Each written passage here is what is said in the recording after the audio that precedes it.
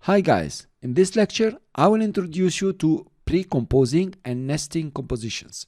This is a very powerful feature in After Effects that will allow you to drop a composition inside another composition, and the dropped composition will become just a layer that you can manipulate.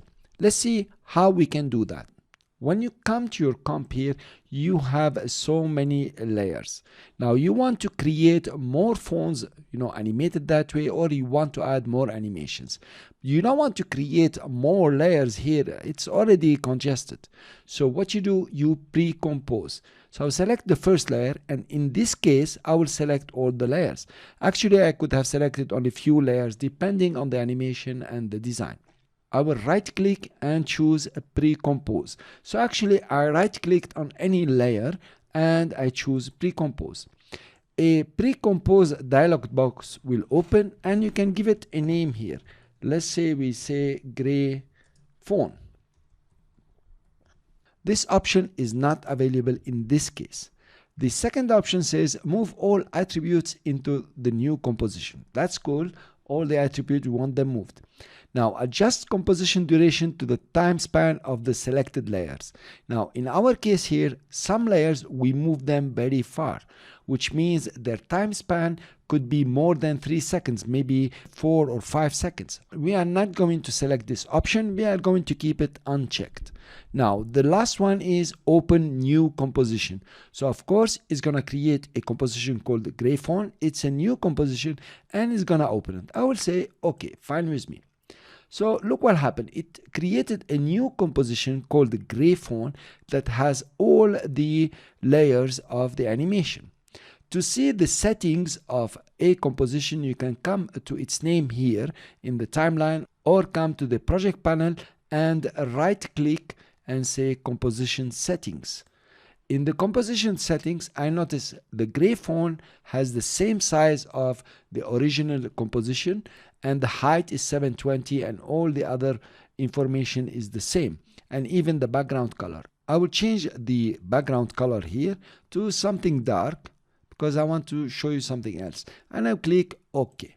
Fine. Now here I have a dark color for my composition and all the layers are listed. Cool. If I come to the font composition, there is only one layer listed, which is the composition itself. So now what happened? It nested the gray font composition inside the font composition. If you come and point to the gray font composition and press the tab, you will notice here it says gray font is included inside the font composition. You can do that also for the font. You press tab and you notice the font here includes gray font. So now you nested the gray font composition inside the font composition. Of course, you want to come and change the name maybe or something like this. What's beautiful that is the gray composition is still working. See, it's still being animated, yet it's only a layer. That's pretty powerful. If I press spacebar, run the animation, here you are. Let's click on the toggle mask to see the size of the composition. You noted that the size of this pre-comp is as big as the size of the main composition. That is because this is how it was created. Fine. Now this size is not convenient to work with. I have an anchor point, I can move it around, but it's really pretty big. I will come and reset what I have done. We want to crop the size of the gray font composition. I will come to the gray font composition, and I can now go to the composition setting and start fiddling with the width and the height and so on. This is not the right way. It's very hard, by the way. So in After Effects, you have a very nice option here, which is called the region of interest. If I click on the region of interest, I can draw a rectangle that will limit or delimit the region of interest I want. Of course, maybe I will see my animation to the maximum. Here you are. You can also point to the delimiters here, the small squares, and make it as big as you want. Decide exactly on the size. Okay, let's run our animation and we'll see that only Black Friday, it's coming from the sides, is being affected. In our case, we will let it go. Fine. Now I selected only the region of interest. I just showed interest. But if I want to crop the composition gray font to that region of interest, I will come to composition and say crop comp to region of interest. If I choose this one, I will click. The composition gray font has changed its size and became only the size of the region of interest. To check that, you come to gray font, you right click, you go to composition setting, and you notice that the width and the height have changed. Nothing else has changed. Of course, now it's a custom preset. It's yours because of the width and the height. You notice the frame rate and so on did not change. Let's click cancel here. We don't need to change anything. Let's go back to font. Notice now I have a practical layer with a normal size, not so big as the comp, that I can work with. Now if you open the transform, I can use position, scale, rotation, and opacity. Let's try to do a simple animation with the whole pre-composition. I will come to the beginning. Now notice it is running the animation, and I will put another animation, also your nesting animations. I will click on the position, click on the anchor point, press shift and take it out. Cool. I will come just a few frames and move back to the center. For example, here, I like this one. It's okay. So if you run now your animation, you notice that you are really manipulating a layer. I'll make it a bit slower. Here you are. But notice the animation is running inside, so I've eaten some time from the animation. Maybe later on you will make sure that the gray font contains some no animation time in the beginning, so you can pop it up. That is one. Now notice there is the layer name and the source name. The source name, you cannot change it here. You have to come to your project panel and change the source. The source is gray font here. But you can come here and press enter, and notice how it jumped immediately to the layer name, and then you can add font 1, for example.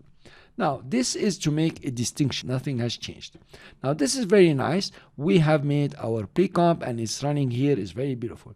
We can first of all take a gray font from here, the comp, and drop it inside our composition. That is the main composition. Now we have two of them, and if I click, I move this one aside, it's under, then I have two pre-composition working at the same time. Beautiful. Let's run a small animation here.